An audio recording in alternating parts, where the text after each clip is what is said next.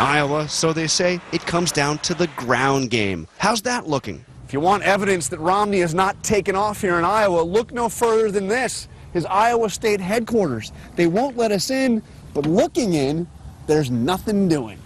Over at Gingrich headquarters, we found them still setting up. Where's the energy? With Ron Paul. His office is smaller, but buzzing with activity. The second bar graph. What you have to watch now is see whether, of the three, Bachmann, Santorum, and Perry, which one of them really starts to galvanize the conservative support? Can any one of them get enough support to jump into that top tier? Again, Ron Paul. He's steady. He's steady right at 18 to 20%. Probably the only one who sort of made Gingrich really squirm a little bit was Ron Paul, particularly when he talked to him about the money, Freddie Mac, this and that. He had a strong night on that stage. He's got money, he's got the organization. Could he pull off an upset, Ron Paul? Yes, Ron Paul can win in Iowa. Look, Ron Paul is the campaign here in Iowa that has the most energy.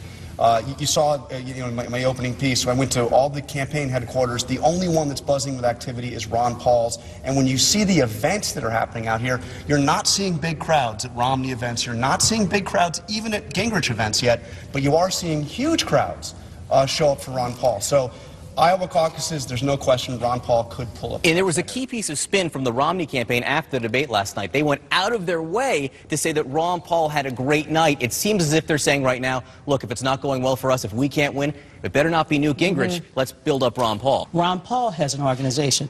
And George and I were talking in the green room. If there's a foot of snow and you have to get your people to the 1,600 precincts, guess what? Ron Paul will have a driver to bring you to those precincts. That's so interesting. Let me bring in Kathy Obradovich from the Des Moines Register.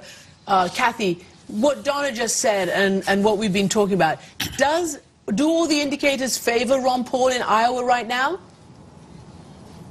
Ron Paul has a very strong campaign in Iowa, and you have to remember that he has the experience of having come in 5th place in the Iowa caucuses 4 years ago. His campaign never really went away. He kept a presence in the state for this last 4 years. He had key people on the state Republican Central Committee, so he has been building up to this for a long time. Ron Paul has energized new caucus goers. He energizes young caucus goers. Now, typically, those are not the most reliable people to go to the caucuses. You usually want old, established people who are veterans of the caucuses. 65 plus is usually the demographic that you want. But Ron Paul has a unique ability to not only energize those people, but inspire a lot of loyalty. So, yeah, he is in a very good place. According to FEC reports, Federal Election Commission, in the third quarter, Ron Paul got more contributions from active duty military than the other Republican candidates combined.